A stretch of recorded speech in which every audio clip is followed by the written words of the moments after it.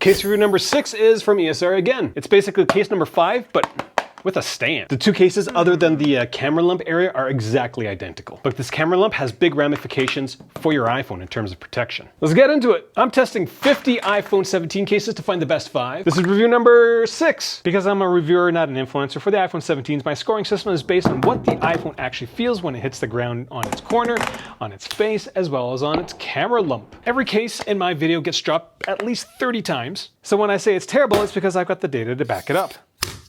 From afar, this thing looks like a simple clear case. It's got oversized corners, which means screen resistance is decent, as well as the back doesn't get scratched up as much. Standout feature for this product is the stand, which surrounds the camera lump. You can set up like so, like this, as well as that. No, this doesn't work, but you can do a shallow portrait like so.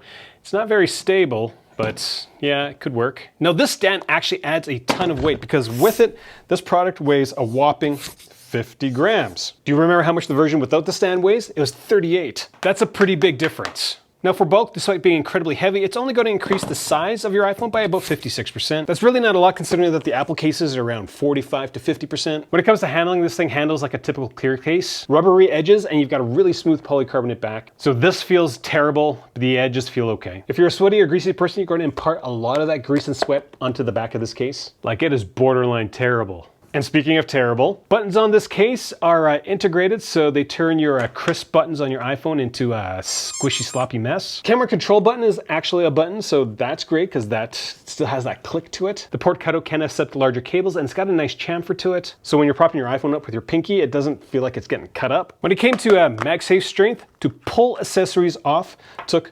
11.7 newtons and 17.9 newtons to push things off. The magnetic strength of this product is 44% higher than average. I'll be honest with you, you got an accessory that has really strong magnets, it's almost impossible to pull it off. Like, maybe that's too much. Now ESR does a pretty good job of adding like protective features to this product. Again, oversized corners, but they also got airbags in them. The corners themselves are quite thick at 3.1 millimeters, but the back is a little thinner than average at 1.5 millimeters. Millimeters, not milliliters. When it comes to the back of the case, there's a polycarbonate piece right here that covers the glass portion of the iPhone, and the camera lump, this entire thing is very, very rigid. In case number 5, which is the regular ESR Classic Hybrid thing, the top of the case was incredibly pliable.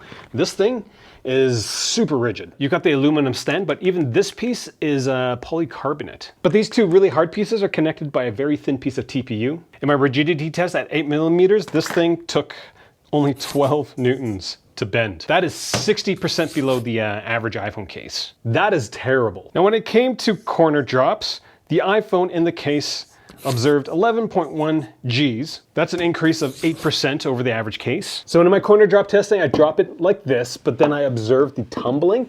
And because of the extra weight at the camera lump, this thing rotated 30% more than the average case. But because of the oversized TPU corners and everything, this thing settled down at a rate of 34%. Which is only 2% higher than the non-stand version, which is pretty good actually. Kind of surprising, really. So the case that weighs like 20 to 30% more, how much do you think the total force increased by? It was 15%. So that's got to give you something to think about when you're thinking about getting a case with a stand in it. It's gonna make your iPhone hurt a little bit more. I'll be honest with you, I totally thought having a rigid camera lump was going to improve the protection. It definitely didn't. Now with the standless version, remember what happened with the face drops? Well, it failed. Well, with the super rigid top, when your iPhone does that, it passes.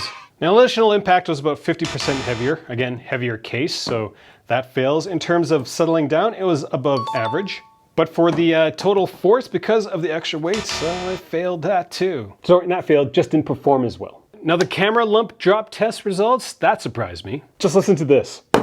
That sounds terrible. The initial force was a little higher. The settling rate of the product was kind of average, which was surprising. But the total force going to the iPhone was a whopping 42% higher than average. Like, come on, it bounces so much. So would I get this product if I wasn't a reviewer? The short answer is no. The long answer is I'm surprised how many issues the having a stand built into the camera lump produces for the iPhone in terms of drop protection. I'm on a mission to figure out what the best 5 cases for the iPhone 17 are. This is case number 6. Number 7, I haven't figured out which one I'm gonna do yet. So make sure you subscribe so that when I do figure out what I'm gonna do, you get notified right away. Thanks for watching.